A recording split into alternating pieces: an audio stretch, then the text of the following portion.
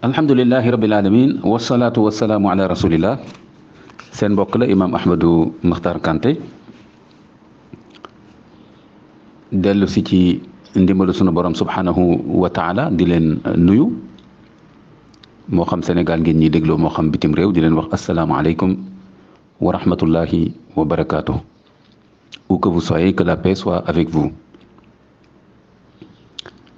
Ni ngeen ko xamee yéen ñi ñuy topp ci sunu chaîne YouTube Tidiane TV dañu door benn waxtaan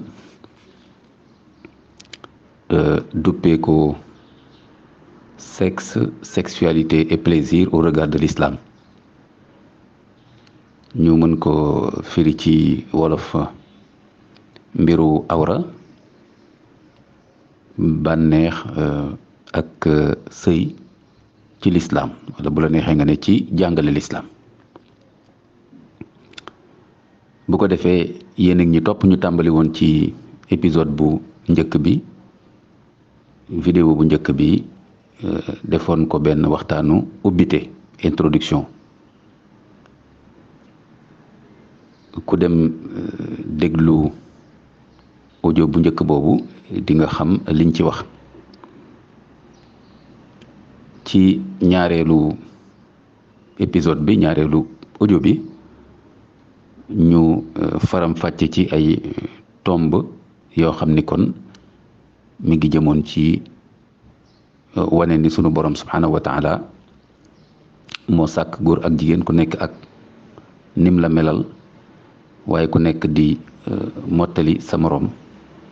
waaye lislaam li mu jàngale mooy góor mu am ak jigéen, leneen amul loo xam ne dañ koy mën a tuddee beneen tur, waaye daal góor moo am ak jigéen te couple lañ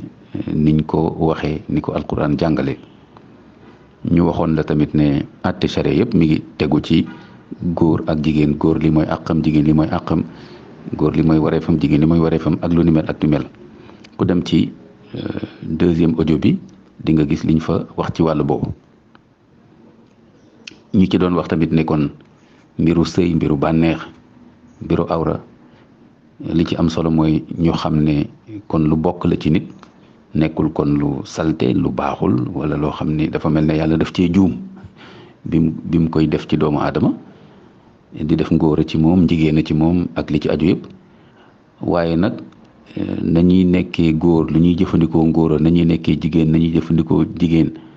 jigéena ak bànneex ak sëy ak atte yi ci awra, loolu yëpp day tax lépp loo xam ne dafa jëm ci wàllu awra, wàllu bànneex, wàllu sëy mu nekk loo xam ne day nite te ngir mu nite nag bañ a malawe foog mu tegu ci ay atte, tegu ci ay lu ñuy wax valeur, ay pas-pas, ay jikko yu koy rafetal. wax ne lii moo rafet, lii moo dagan, yam leen ci fii ak lu ni mel ak lu ni mel. su ko defee nag kon ci ñetteelu épisode bi ñu ngi ciy waxtaanee ne kon lii di sexe nga ne awra, alquran dina jëfandikoo farj, cëru ku góor ak cëru ku jigéen. cër bu ci nekk na mu mel ak borom bi na mu ko bindee lu yéeme la, ba nga xam ne tey jii am na ay xam-xam yoo xam ni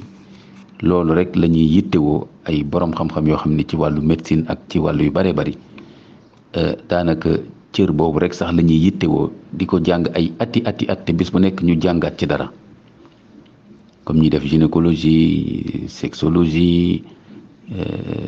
ak lépp lu ci aju ci ay xam-xam yoo xam ne ci wàll boobu rek la jëm. kon cër boobu nekk ci góor te nekk tax mu nekk góor, cër bu nekk ci jigéen tax mu nekk jigéen, ak li ci aju yëpp xam-xam bu yaatu la. ñu koy jàng ni nga xamee ni noonu la ñuy jànge yeneen cër yi ci jëmmu doomu aadama, nga xam ni kon nekkul luñ war a soobantal. su ko defee nga gis ne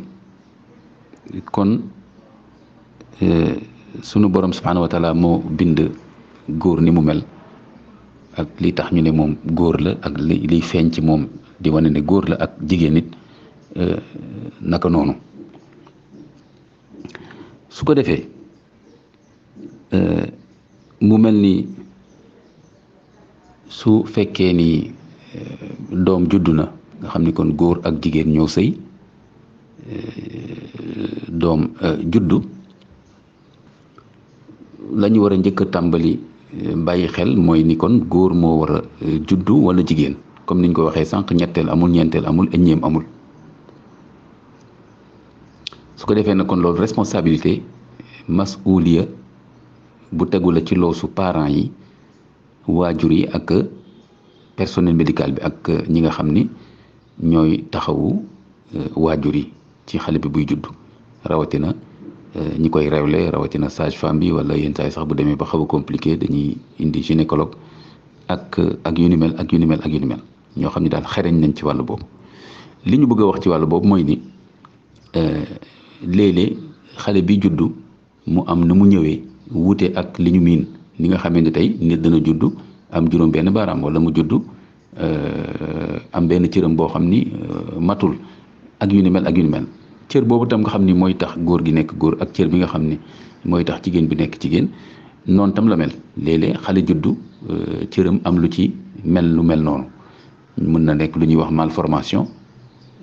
dégg nga wala déséquilibre am daal nu mu demee loolu sax dañ ciy dugal nag loolu ñuy wax hermaphrodite wolof di ko faral di wax nguuna ngaana nga xam ne day mel ne ñaar yëpp mi ngi ci